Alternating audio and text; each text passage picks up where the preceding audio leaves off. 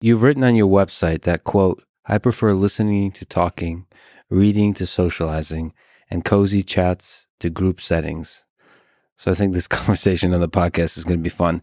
What's a good definition of an introvert? Is something like those three things a good start?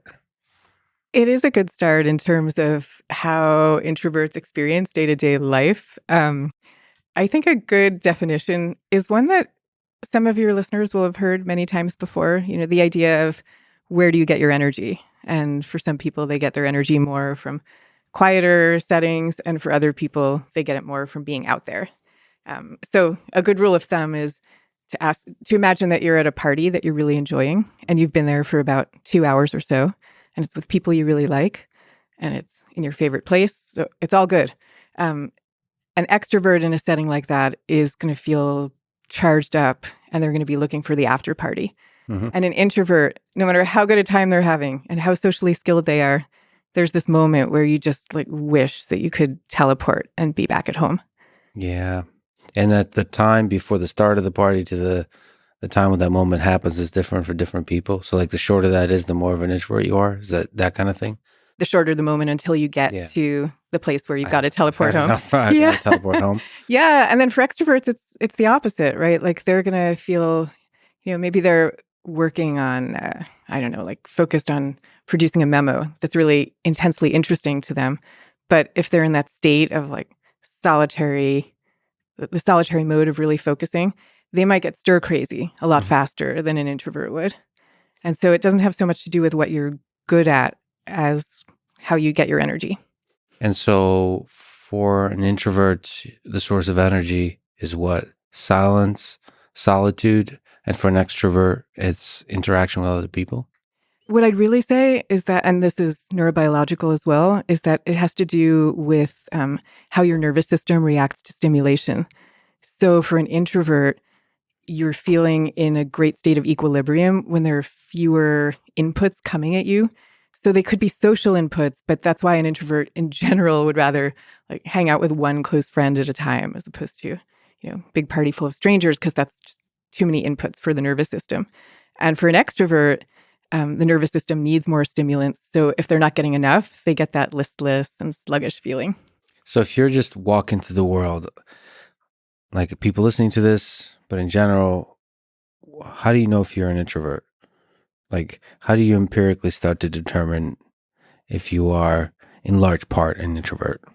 Well, I would start by just asking that question of what happens to you, at around the 2-hour mark where you're having a good parties, time. Imagine. Every day. But I also find, I'm curious if you have a different experience from this, but from all the years that I've been out there talking about this topic, I found that most people really seem to know once they're being honest with themselves. And maybe that's the question to ask is if you imagine that you have a Saturday or a whole weekend where you can spend your time exactly the way you want to with no professional obligations and no social obligations, who would you spend it with? How many people? What would you be doing?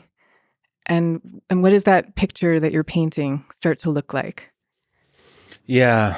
So there's nuance to this, though, because I'm sure for extroverts to get energized by stimulation, whether that's stimulation with other people, it depends what that stimulation is, right? Maybe you're not surrounded by the kind of people that you enjoy being around. So,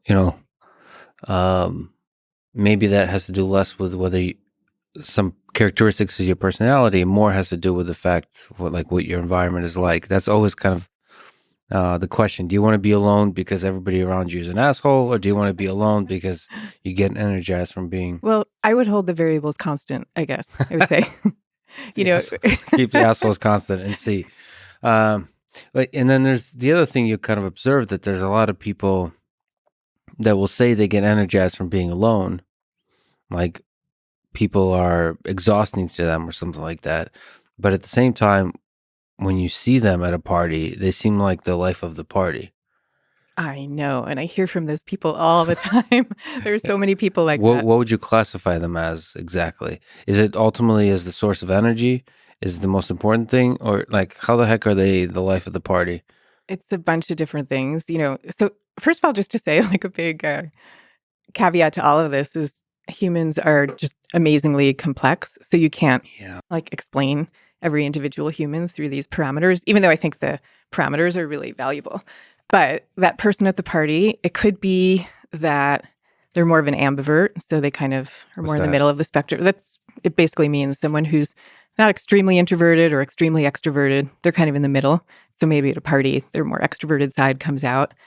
Or it could be an introvert who's gotten really good at the skills of acting more like a pseudo extrovert, and they pull that up at the moments that they need it. So they've learned how to fake it. Yeah. Oh, there's a lot of people like that. And I know this because, like, I think out of all the people on this planet you could be talking to, I've heard from the most number of those people. Like, they all come and tell me about their experience out in the world presenting a face that's different from what they feel. So one of the things you talk about is, at least in the West, we've constructed a picture of success, and that picture is usually one of an extrovert. Like when you imagine somebody who's a leader, who's a successful person, that person has some of the qualities you would associate with an extrovert. And so there's a lot of incentive for faking it. Yeah, exactly. If you want to be successful, you got to be able to fake it, to sort of hang with the rest of the team. You have to be able to be outgoing and all those kinds of things, and not be drained by the interaction. Yeah, but I mean, there are also a lot of introverts who figure out ways to draw on their own strengths, and they're incredibly connecting and successful, and they're great leaders, and they're not actually faking it. They're more just figuring out ways to do it their own way. You see a lot of people like that.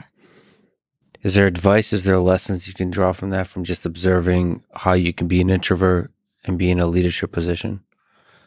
Yeah, it's kind of like a mantra of figuring out what your own strengths are and how to draw on them. I think of uh, a guy I know, Doug Conant, who had been the CEO of Campbell's Soup for many years. Mhm. He's very introverted. He's quite shy, also by his own description, and he really cares about people. And so when he started at Campbell, the employee engagement ratings of the company were all the way at the bottom of the Fortune 500. And by the time he stepped down 10 years later, they were all the way at the top. And it wasn't that he was going out there and schmoozing people, but he really did care. So he would find out who were the people who had really been contributing, and he would write to them personal letters of thanks. And people, and these letters meant so much to people. They would like carry them around with them.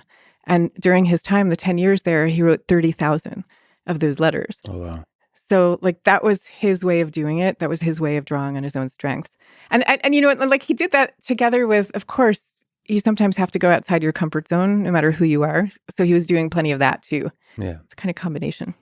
Yeah, the writing process and focusing on the one-on-one interaction, I can definitely relate. There's something deeply draining, which concerns me about like Zoom meetings, because it's some weird brain manipulation. Wait, say more. Well, because you're not really engaged, but it wears on you the same way that it does a party. It feels like you're emptying that bucket for the introverts, even though they're not participating at all in the meeting. I mean, I suppose that's true for physical meetings too, but with Zoom meetings, remote meetings, it's so much easier to invite a larger number of people into the meeting. Mm-hmm. So you're draining more and more of the introvert energy.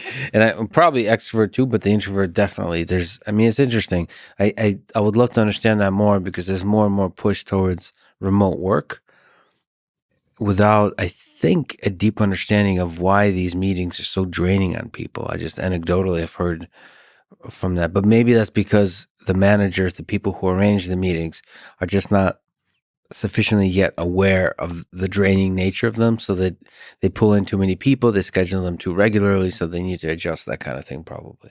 I think people are starting to realize, but I would say one reason that Zoom is so draining is because you can see your own self-presentation the whole time if you choose Right. to. And when you go into in person, you can't. So you're You kind can't, of freed that's of right. thinking about that. Oh, that's So it's like brilliant. an extra cognitive load that you're bearing the whole time. Oh, yeah. And That's like you brilliant. might want to, turn off the camera so you can't see yourself, but then you feel like, well, I have the ability to, so I probably should be doing it. And then that alone is a decision that you're making. Yeah, there's probably studies on this now happening, either have happened or are happening, the effect of seeing your own face on camera, because it's reminding you that you're supposed to be acting a certain way, and Right. that Right. is So you can't, especially a stressful thing. yeah, you can't be in the moment as much.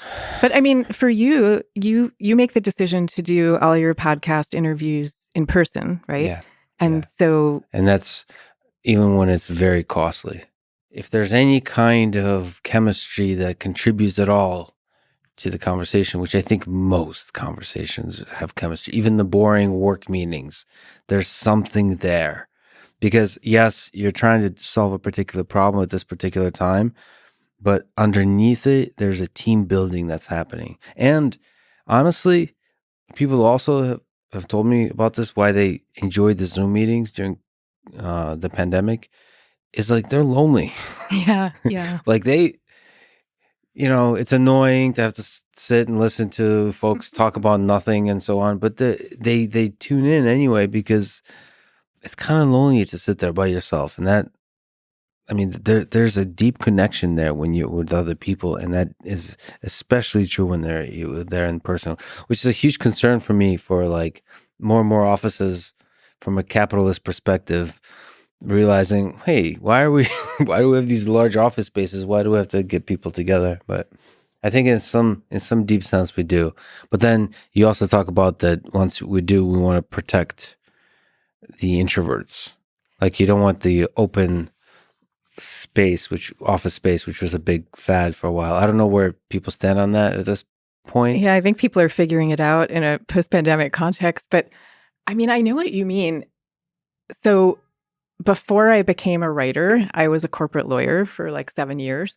And literally the only thing I miss from those years is hanging out with people at the office. Like, I don't know, just some of the funniest moments I've had in my life came from being at the office until midnight with the other people I was working with. So I know exactly what you're talking about. Though I will say the office is there at that firm, and at most firms in those days, everybody had their own office. So it was like a dorm room, where it was like a long hallway with everybody in their own little dorm room. So you had tons of privacy, but you would also come out and hang out with people. You could just And I kind think of that's, roam whenever you want. yeah, yeah. And whenever you roam, that means you're kind of open. You're looking for trouble. Yeah, You're open for interaction. and the extent to which you would keep your door open, was it wide open, or was it half ajar, or just a little bit? Those were all signals. So is there, because you said re-energize, do you like to think, and again, the human mind is complicated, but do you like to think of it as like a bucket that gets refilled for introverts in terms of energy, of social interaction that they're able to handle? Do you think of it like that, as a bucket that gets emptied and needs to be refilled? I think of it, yeah, more or less, because I use the metaphor of a battery that gets Battery. recharged or not. It's basically the same thing, different metaphor. But just to add on that there is a layer of complexity to that, because you could be somebody who doesn't want the kind of social life, let's say, where you have to be like on and presenting and interacting with tons of people all the time, but you'd get really lonely if you were just by yourself. Mm-hmm. So what you want is to maybe be in the company of a couple people you know really well. Like for me, the pandemic was not actually that hard for me personally. I mean, I lost family, but I mean, from the point of view of what we're talking about, it wasn't that hard because I live with my husband and my kids. So I knew it was hard on the kids, and I felt badly for them. But for me, I was like, you know what? I have a lot of social life right here in the house. Mm-hmm. That's how you And I know can you love focus your and do my husband. work. Yeah. Yeah. That's the cool thing about the pandemic. I think it helped people figure out how much they love their family, I think that's true. and give you a chance to really reconnect with kids, with your kids, like really spend time with them. It's just fascinating to watch. Like, people actually, it did strengthen the family unit in a often beautiful way, which just sucks to have to leave behind at this point. Yeah. And I think that's part of what people are not going to want to go back to, that we need to solve for, to the extent that work becomes non-remote again. Yeah. I think people have just realized how precious those aspects of their lives are. And, for somebody who's in a sort of conventional office job where you're going home and seeing your kids for an hour before bedtime, and that's your interaction with them, that's kind of a ridiculous way to set things up. Yeah, it's cool that you can get, I think a lot of places give you the option now, which is interesting. You get to optimize that element of your life. Do you take the commute and the office work and then the social interaction there? Or do you focus on the work at home? It's also lonely at home, but then you get to see your kids if you have kids. That's part of the optimization is like, I have some options now and I'm going to try to optimize solitude, loneliness, happiness, productivity, seeing family, seeing coworkers, the chemistry with the team building with the coworkers versus just the raw exchange of information with the coworkers. It's fascinating to see how that kind of evolves. Yeah. And then there's the third space idea of, the spaces where you're in a co-working space or a cafe or something like that. Oh So you've yeah, got other people around you, but you're not exactly interacting with them, but they're very much there. And that's huge too. I don't think we think about that enough. yeah, that energy is there. Yeah, yeah. I, I, What I is that? lived in Manhattan for 17 years before we had kids, Yeah. and I absolutely loved it. Like I loved it, the feeling of all that energy all around you, Hmm. but you could be anonymous within it. To me, it was perfect.